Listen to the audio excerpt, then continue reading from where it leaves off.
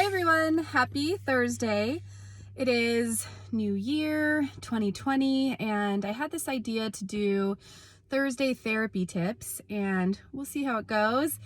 But I had the first idea to be in cases, to answer the question, in cases of suspected childhood apraxia of speech where the child only has a handful of sounds, can we do direct targeted therapy for apraxia? And if so, how? So the answer to that question is absolutely yes. And how we do that is we get the inventory of their sounds, we get the sound repertoire, and we work to combine those sounds and turn them into functional targets that would be motivating to the child and something that they would be, encountering frequently in their everyday happenings. So I can give you the example of a little boy that we had in my clinic come to us. He was 4 years old and he had no progress shown in his previous, place for speech therapy. And, when I first started seeing him, he was able to say, ah, and make a sound. And that's it. He was not babbling. He had no jargon. He was quiet. He was using an AAC device, somewhat paired with signs to get his message across.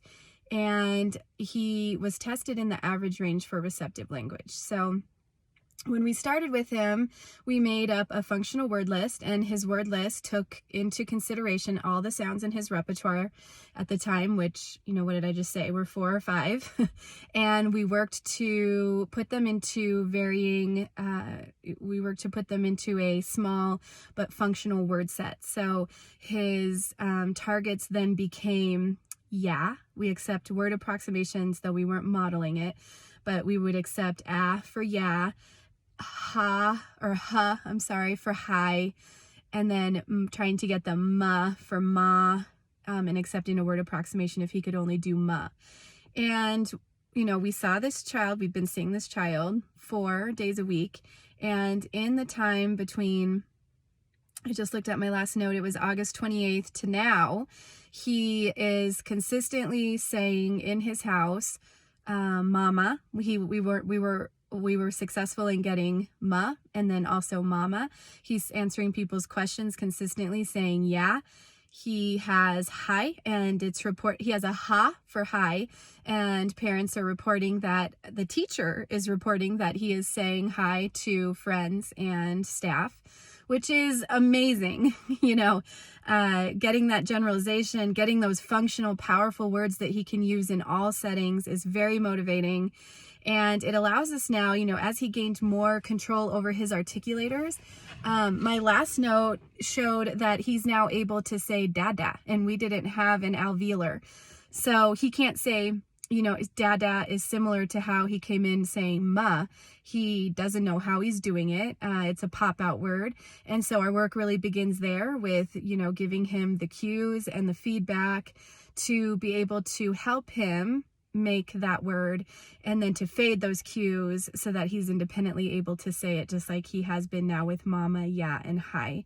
And he also, because he gained control over his bilabial lip control, he was able to do a ba, and so we turned that ba into ba for bye, and we added that to his target set of words. And I did all this without ever having worked on language stimulation, trying to get a B or a D.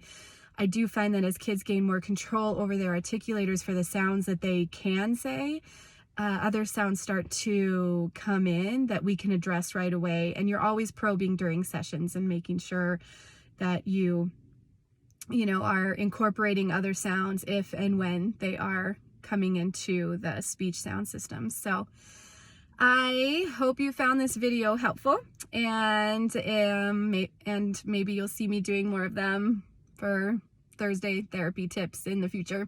Thanks for tuning in. Bye.